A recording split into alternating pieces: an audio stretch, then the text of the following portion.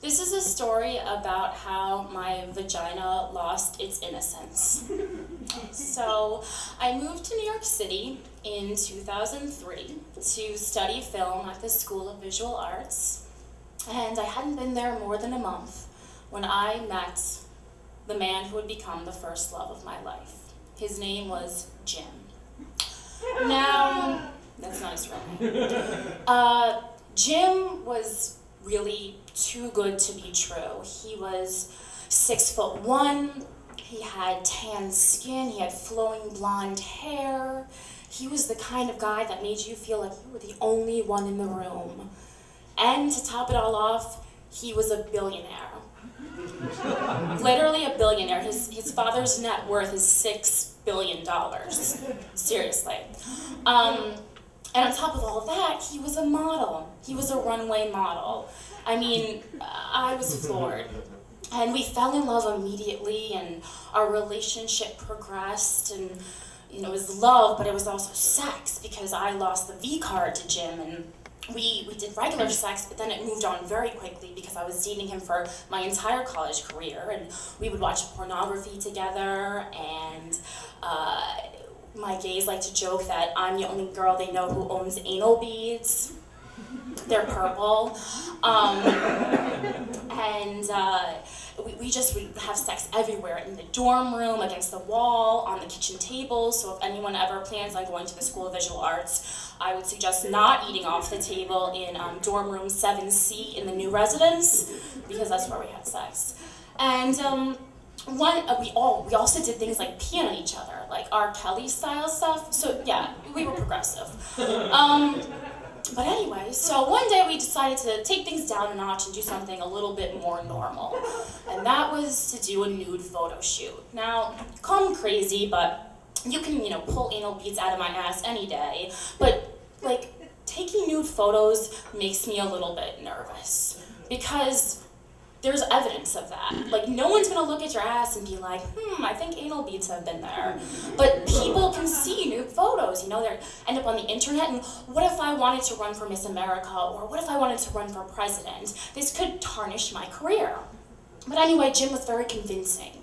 So I was like, all right, let's go ahead with the nude photo shoot. And, most people like, regular poses, like something like this, or like this. But no, Jim liked to get really into the anatomy of things. So he would do shots just a close-up of my left breast, or just stick the camera right in my vagina, and that's what turned him on. And I was like, okay, whatever suits your fancy.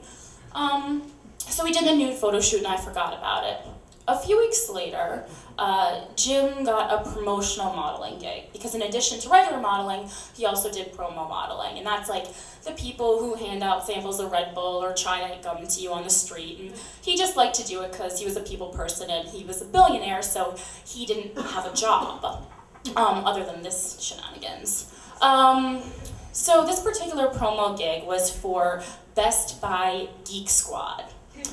And what he had to do was stand in a huge glass square in the middle of Union Square Park and pretend he was typing on a computer.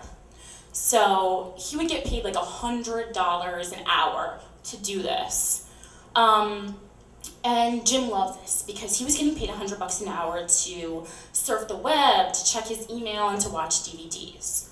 Well, unbeknownst to me, he had emailed himself the nude pictures we had taken, and decided what better time to access them than when you're in a huge see-through glass case in the middle of Union Square Park. So he accessed them, and I don't know why he did that, and got his jollies off, and went on with his day. A few weeks after that, it was my 22nd birthday, and I loved birthdays with Jim because he was a billionaire, and he would bring just garbage bags of gifts to my apartment, and he would pour them out on my bed, and I felt like a 6-year-old princess. I would just tear through the paper, and it was just so magical, and I loved every second of it. Well, he buzzed the ringer on my apartment, and got to the door, and I opened it, and I looked at him because he didn't have anything in his hands, and I was like, okay, I see what you're doing, Jim. Like, you have a Tiffany's box in your back pocket, or tickets to Paris. Good one, Jim. But as he walked in, I noticed that he had a really weird look on his face. Like, the only way I could describe it is as a dog that's been beaten mercilessly with a newspaper. And I was freaking out because, you know, what's up, Jim? Did he cheat on me? Was he gonna dump me? Had he found someone else? Even worse, was he gonna do something really weird, like propose to me? And I was just like freaking out. So he sits me down and he says, Corinne, I messed up.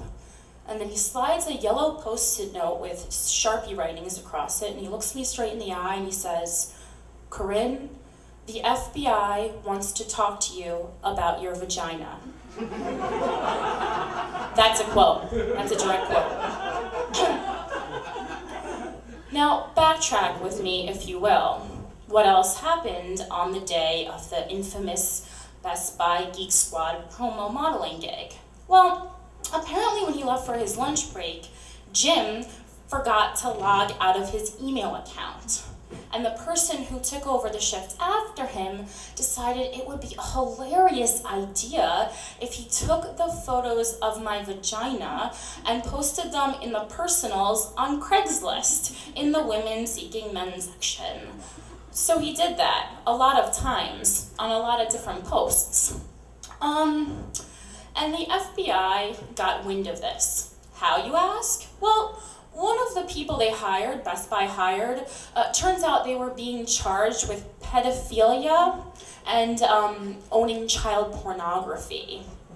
And not to brag or anything, but the FBI said that the vagina in the photos looked pretty youthful.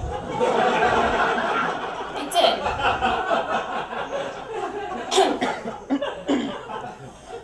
So they confiscated the computer and they linked these very youthful vagina photos back to my boyfriend's email account, which is model1832@AOL.com if anyone's interested. And they got his information from Best Buy and they called him up and they were like, hi Jim, we found these photos linked to your account and I just, you know, they look pretty young. The vagina looks pretty young, and just, who is that, if we may ask, if we may be so bold? And Jim said, oh my God, I'm so embarrassed, that's my girlfriend Corinne, and thank God my face wasn't in it, but it's just the vagina. And he's like, I'm so embarrassed, that's my girlfriend Corinne, she's 22, and she knew these photos were being taken, and oh my God, I'm so embarrassed. And the FBI was like, okay, well, we'll keep in touch, Jim, we'll keep in touch. So now back to present time. The yellow Post-it, what it said on it was just this. It said, Detective Wendy Lieberman, FBI, and a number. And the catch was, I had to call Detective Wendy Lieberman and claim my vagina.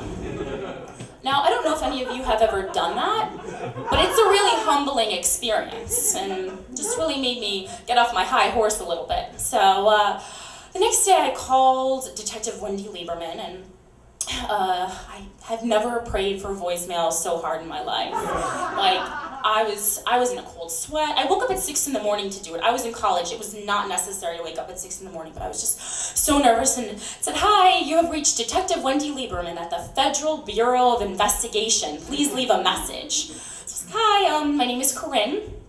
I know that you spoke to my boyfriend, Jim. I just want to say that the vagina in the photos was, in fact, mine. I am 22, and that's all you really need to know.